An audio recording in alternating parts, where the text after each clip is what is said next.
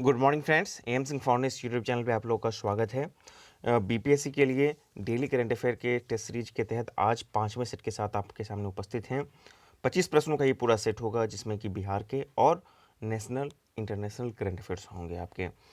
प्रत्येक प्रश्न में आपको ई ऑप्शन इंक्लूडेड है, इसको मान के चलिएगा आप लोग। तो चलिए बिना वक्त को है वीडियो को शुरू करते हैं। इसका पीडीएफ हमारे टेलीग्राम चैनल पर भी अवेलेबल रहेगा। आज का पहला प्रश्न है कि पृथ्वी, अच्छा ये जो आपका सेट है वो है आपको पीडी अप्रैल 2022 पर आधारित है, बिहार लूसेंट पर है, और इसमें जो डाटा होंगे वो आपके मार्च और फरवरी के होंगे। पृथ्वी अवलोकन उपग्रह EOS-04 का प्रक्षेपण इसरो द्वारा माह फरवरी 2022 में किस प्रक्षेपण यान के द्वारा किया गया था? PSLV-C52, PSLV-XL, GSLV-F10 या PSLV-C51? इस प्रश्न का सही उत्तर हो जाएगा PSLV-C52। इससे पहले अगस्त 2021 में इसी का परीक्षण किया गया था, लेकिन वो असफल हुआ था। लेकिन जब इसको फरवरी 2022 में परीक्षण किया गया था PSLV-C52, तो ये सफल रहा था। इसमें 3 उपग्रह एक साथ भेजे गए थे, ठीक है।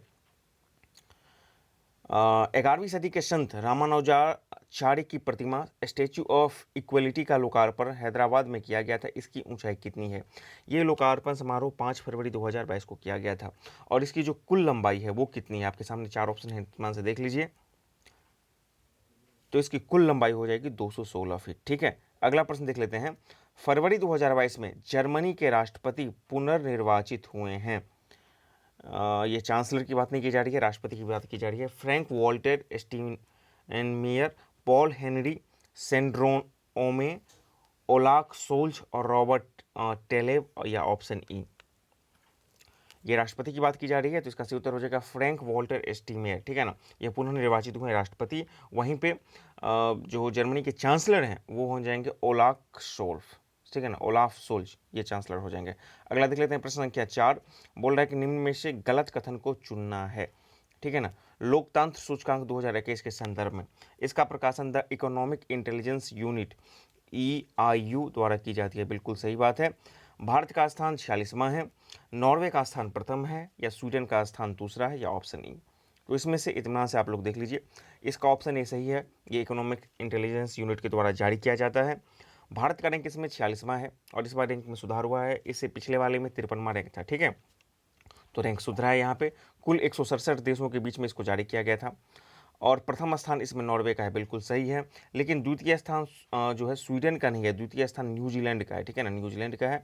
और अंतिम स्थान शायद अफगानिस्तान का है। तो इस प्रकार जो इसका जो सही उत्तर हो जाएगा, हमको यहाँ पे गलत कथन चुनना है। तो ये डी वाला कि स्वीडन का स्थान दूसरा है, स्वीडन का नहीं, न्यूजीलैंड का स्थान दूसरा है।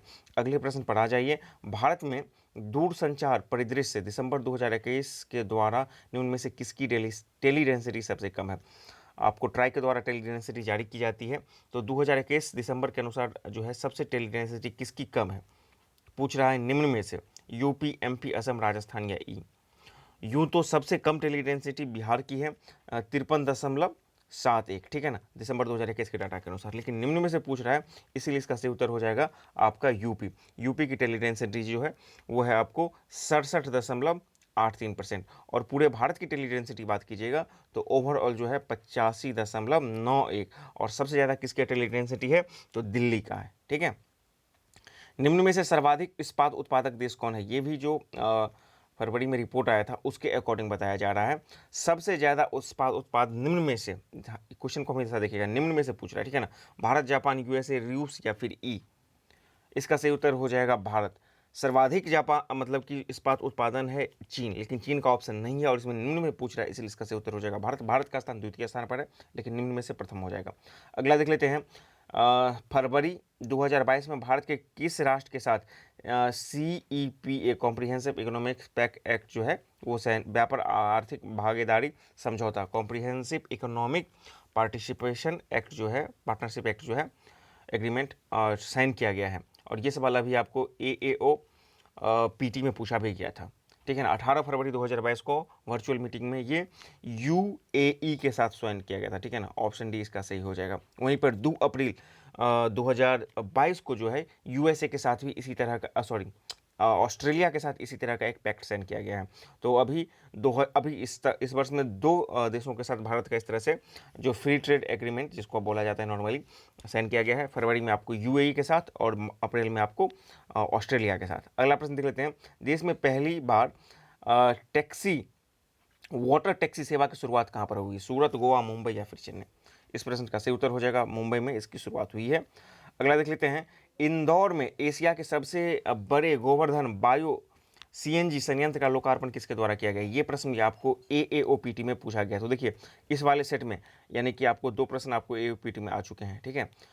आपके सामने ऑप्शन है शिवराज सिंह चौहान, श्री नरेंद्र मोदी, ज्योतिरादित्य सिंधिया या फिर श्री अमित शाह। इस प्रश्न का सही उत्तर हो जाएगा नरेंद्र मोदी के द्वारा इसका शुभारंभ किया गया था इंदौर में एशिया का सबसे बड़ा गोवर्धन सीएनजी, ठीक है।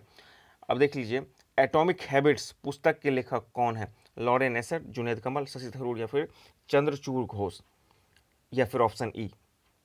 जो एटॉमिक हैबिट्स इस पुस्तक के लेखक हो जाएंगे जेम्स क्लेयर, ठीक है ना, जेम्स क्लेयर, ठीक है ना। और ये ऑप्शन आपको कहीं पर नहीं है, इसलिए इस प्रश्न का जो सही उत्तर हो जाएगा 10 का वो हो जाएगा आपका option E, none of these. वहीं पर लॉरेन एसर जो है इनके द्वारा लिखा गया था टर्म्स एंड कंडीशन। अगले प्रश्न की तरफ आते हैं, भारत और ओमान के संयुक्त सैन्य अभ्यास ईस्टर्न ब्रिज 6 किन सेनाओं के मध्य में होता है? यह भी हाल ही में जोधपुर में आयोजित किया गया था। और ऑप्शन देख लेते हैं, वायु, थल, जल या तटरक्षक बल या ऑप्शन ई।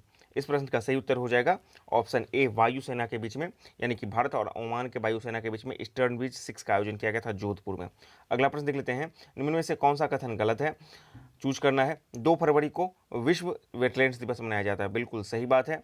उसके बाद है 4 फरवरी को विश्व कैंसर दिवस मनाया जाता है, ये भी सही है। 10 फरवरी को विश्व दाल दिवस मनाया जाता है, ये भी सही है। और 10 फरवरी को आपको नेशनल डिवॉर्मिंग दिवस भी, कृमि विमुक्ति दिवस भी मनाया जाता है। और 21 फरवरी को अंतर्राष्ट्रीय मातृभाषा दिवस मनाया जाता है। तो इसमें सब के सब सही हो जाएंगे। इस आधार पर इसका प्रश्न हो जाएगा एक से अधिक, ऑप्शन ई, ठीक है। आइए, 24वें शीतकालीन ओलंपिक खेल में जो फरवरी 2022 में संपन्न हुआ, कहाँ पर हुआ था? ठीक है ना। ऑप्शन देख लेते हैं आप, नॉर्वे, जर्मनी, चीन या स्विट्जरलैंड। इसका सही उत्तर हो जाएगा चीन। चीन में आयोजित हुआ था और इसमें जो प्रथम स्थान रहा था वो नॉर्वे का रहा था, ठीक है ना। अगला देख लेते हैं, भारत किस देश के साथ फरवरी 22 में आईसीसी, और किस देश को हराकर फरवरी 22 में आईसीसी अंडर 19 विश्व कप का विजेता बना था? काफी इंपॉर्टेंट क्वेश्चन है। ये जो हुआ था आयोजन, ये हुआ था आपको वेस्ट इंडीज में इसका आयोजन हुआ था। और अंडर 19 विश्व कप जो है भारत 5वीं बार बना है इंग्लैंड को हराकर। ऑप्शन बी इसका सही हो जाएगा। आयोजन इसका वेस्ट इंडीज में हुआ था। अगला प्रश्न देखते हैं, भारत ने अपना 1000वां अंतर्राष्ट्रीय एक दिवसीय मैच किसके साथ खेला है? West Indies, Sri Lanka, Zimbabwe, Australia या फिर ई। ये भी 6 फरवरी 2022 की घटना है और अहमदाबाद में खेला गया था। और किसके साथ 1000वां अंतर्राष्ट्रीय एक दिवसीय खेला गया था? तो वेस्ट इंडीज के साथ। ऑप्शन ए इसका सही हो जाएगा। और इस तरह के प्रश्न बीपीएससी के फेवरेट होते हैं। भारत के किस राज्य में किस राज्य ने सर्वप्रथम शिक्षक भर्ती में ट्रांसजेंडर का आरक्षण प्रदान किया है? तमिलनाडु, पश्चिम बंगाल, आंध्र प्रदेश या फिर कर्नाटक या फिर ऑप्शन ई। इसका सही उत्तर हो जाएगा ऑप्शन डी, कर्नाटक। कर्नाटक ने 1% जो है आरक्षण शिक्षक भर्तियों में ट्रांसजेंडर को प्रदान किया और ऐसा करने वाला वो देश का पहला राज्य बन गया है। G20 का 2022 का शिखर सम्मेलन किस देश में आयोजित होगा? और जो 2022 का शिखर सम्मेलन है उसका टर्म होगा 17वां। ऑप्शन देख ले, इंडोनेशिया, भारत, ब्राजील या इटली। इसका सही उत्तर हो जाएगा इंडोनेशिया में। 18 देखते हैं कि G20 2023 का शिखर सम्मेलन कहाँ पर आयोजित होगा? जो 2023 वाला होगा उसका टर्म हो जाएगा आपको 18वां, ठीक है ना, 18वां G20 शिखर सम्मेलन। और इसका आयोजन कहाँ पर होगा? तो ये भारत में होगा। 2023 का जो G20 शिखर सम्मेलन यानी कि 18वें नंबर का होगा वो भारत में होगा। और जो पीयूष गोयल हैं, सॉरी, अमिताभ कांत जो है वो इसके शेरपा नियुक्त किए गए हैं, ठीक है ना। अगला देख लेते हैं कि पटना उच्च न्यायालय का स्थापना किस वर्ष हुआ था? काफ़ी फेमस क्वेश्चन है, बीपीएससी में कई बार पूछा है, हमेशा याद रखिएगा। पटना उच्च न्यायालय 1916 और पटना विश्वविद्यालय 1917। तो इसका सही उत्तर हो जाएगा ऑप्शन बी हो जाएगा, पहले न्यायालय फिर विश्वविद्यालय। बिहार का नवीनतम जिला कौन सा है? बांका, लखीसराय, शिवहर, अरवल या ई। इसका सही उत्तर हो जाएगा ऑप्शन डी, अरवल, ठीक है ना। 2001 में इसका गठन हुआ था।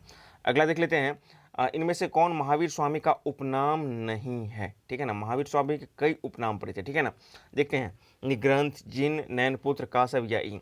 तो ये सब के सब जो है महावीर स्वामी के नाम हो जाएंगे। ऑप्शन ई हो जाएगा, मोर देन वन।